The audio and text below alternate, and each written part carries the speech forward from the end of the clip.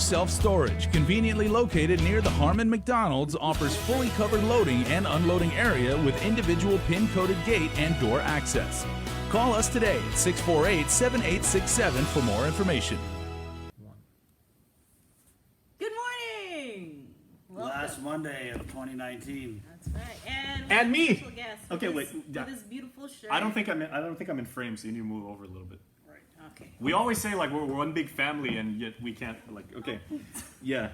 This you is have to move next to me too. this is how we. God. Oh, I sat next to you doing the news for 14 straight years. Tell me, my goodness. Okay, this is how we literally drag ourselves into work after a long and relaxing or tiring weekend. Not long man. enough. Okay, no, Friday night was definitely long for you, Yeah, especially. my phone just kept on. Please take us through what that was like. It was. Whoa, crazy. par! Yeah. Get the meteor, par! Beep, Boy! beep, beep. No, we kept getting the videos on FB Messenger, and then of course on WhatsApp, and then on Instagram. And thank you guys for sending us those videos. Yes, You guys thank are awesome. so much, because I didn't know. I wasn't outside, so I didn't see the meteor/rocket. We were sleeping. It was like 11 at night. Yeah, and you know what? Everybody, like in our WhatsApp group chat, everybody kept saying like, Matt, like Joan, who's like over there, but she's not on camera. She's saying, should we do something about the profanity? I was like, it's the internet. It just, it accentuates, it's the thrill of the moment, like it really captured what you guys, and lots of 4-letter words, but I mean, what are you going to say when you've got like a celestial body zooming in overhead? What we thought was a celestial body. That's true. Yeah, good point. Right. Which wound up being A rocket launch, right? Chinese rocket test. okay, Yeah. satellite bearing like rocket. So this wasn't, it wasn't like weapons grade, or it wasn't bearing, like a warhead or anything like that. It actually had a satellite on it. So this was like a payload to do, communication stuff that obviously did not go well. Right. As far as we know. If that was what you read. Yeah, okay. Yeah, we're all being indoctrinated into geopolitics here, so. Right. But yeah, that was a big deal. I mean, Yeah. I was, can I just sleep just one day off? No, okay, so we started jamming on this from what? Like about 11:25, they said the thing was basically seen. And for those of you, okay, first of all, I want to know, for those of you who got that awesome video like at Home Depot, what were you guys doing at Home Depot parking lot like at 11:25 in the evening? Was it open? Maybe it was open. No, they closed it. I Did they have think- extended hours for the holidays? Or? That's why the videos had so much like cussing. It's because anybody who's up at that time was probably just like drinking Friday night.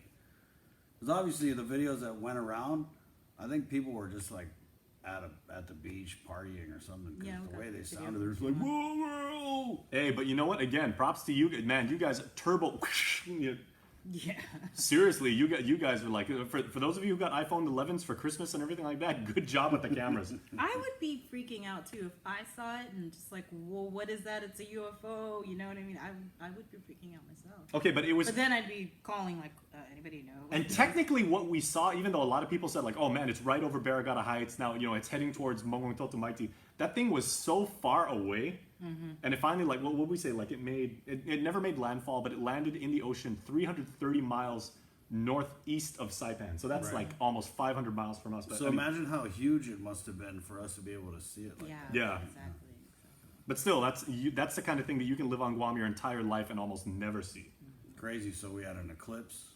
We had the Yeah, false meteor rocket test. Yeah. A lot of stuff going Have on. did you guys get that video where It was the the comet. comment? It was actually comment. I don't have it. Did you get the one with the eclipse gum? Oh, they said okay. There's one No. like- No, second time. Yeah, whoever made that, dude, you guys are awesome because they go second time in 2 days, right? And they're like Right, at Ipoh Beach or something like that, and then like a Oh, the what comment do you call one a was canister of really comment? good. Like I was like, oh my god, not again. And I looked at it, I was like, okay, well done. That's an old video from like a couple years ago or something. There was like a comet or. Anyway. Really? I don't know, but that was hilarious. Hey, I but it- couldn't stop laughing. Point And I made. just play it, over and over just to laugh. Okay, and then I think our friends at the National Weather Service and Homeland Security, they finally confirmed that it was a Chinese rocket. Like what, after 5 a.m. Well, they No, said that it's it like was a two. coincidence. Was it two? Okay. That it coincided with the launch of the Chinese test rocket. Oh, okay. Yeah, and they've got to word those things very, very carefully. I think the takeaway though is that people didn't know about it. I mean, that's what caused so much alarm. Is we didn't know about it. And, I mean, if civil defense is saying it's a meteorite and Hey, Mike, jump in. Or they thought they based it on what National Weather Service. Right, yeah, our National Weather Services thing. So anyway. We got one of our camera guys, Mike Villagomez, over there. Come on in, man. What are you guys doing? No, we're talking, We're just we're chatting chatting. with our online community about like Just the news. chatting, bro. Yeah, Nothing jump in. big. Yeah, come on. So Mike lives in Epan. So could you guys see the meteor or the rocket from down there? You probably could have. I mean, And really, just real quickly, half a day to Kathy Quintanilla who's watching us. Hi, Kathy. Simon Sanchez, half a day Simon, and of course our fellow former reporter Tomas Mengloya. Good morning, Guam. Tomas, man, you would have loved to cover like this meteor / rocket and everything. You would have. Tomas would have been like at Home Depot in like 3 minutes. Right. Tomas is. Did it enter our atmosphere? Did it enter our atmosphere? Yes, right? Because the light was like right above those clouds.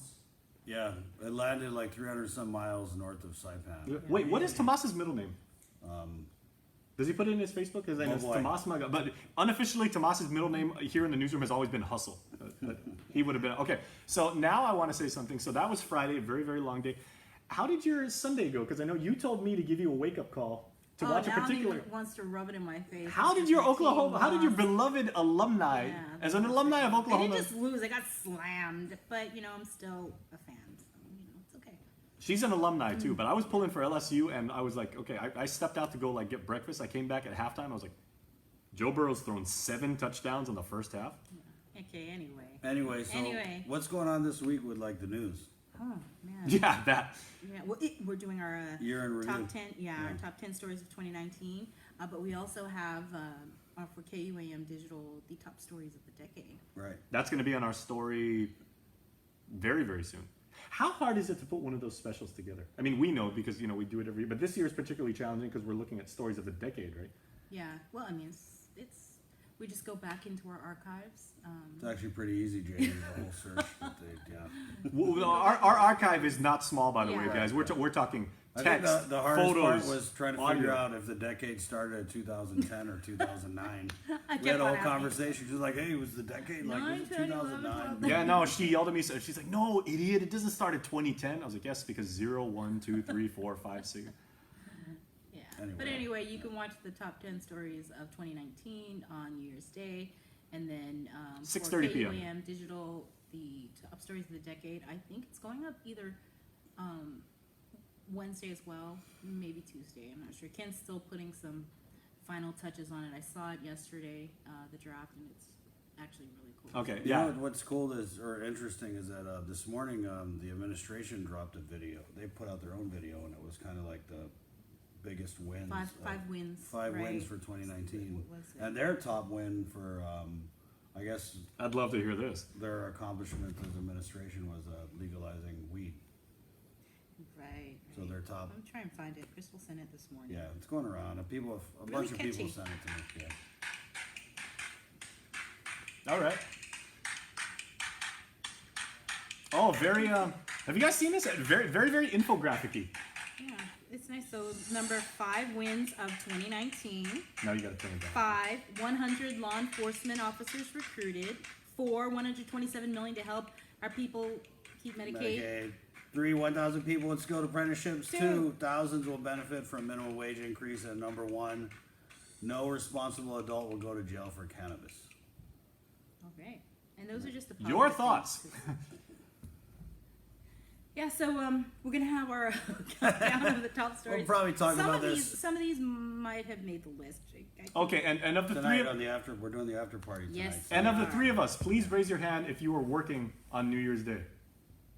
I'm always working. All right. Yeah, that's true. I'm always working. Oh, well, you know what? We're And always working. Always working. I on always volunteer to work on New Year's Day because I'm the only one of our team who doesn't have any kids and not married. Not like I'm trying to go there, but one of the great You're not married, right? So what type of? That was the nice way. And I got married to this He's shirt. single. No. Okay, so one of the great privileges I have of working on New Year's Day and being like the reporter on duty is I always get to cover the first baby born on New Year's Day. So technically, literally, it is the first baby born on U.S. soil, and it's always such a fun story to put together. We go out, we go to the hospital, get to talk to the parents. I think in the 8 years I've been doing this, it's only 1 year where it wasn't at GMH. It was at Saglo-Managua. Yeah, but all other years and everything, it's always been GMH, and the parents are always so nice to share their story, and Babies are always so cute. Well, some of the other things I think we're going to be working on and following up this week is the bill that was introduced by the Vice Speaker, Senator Talina Nelson, after she held those town hall meetings in Jotnia, and based on that, she introduced, I think it's Bill 256, an initiative for a recall election for Jotnia Mayor Jesse Blas, and I think she's also going to have another follow-up town hall meeting in Jotnia. I don't remember the date, but yeah, that should be interesting. And I know I talked with Angel Sablon.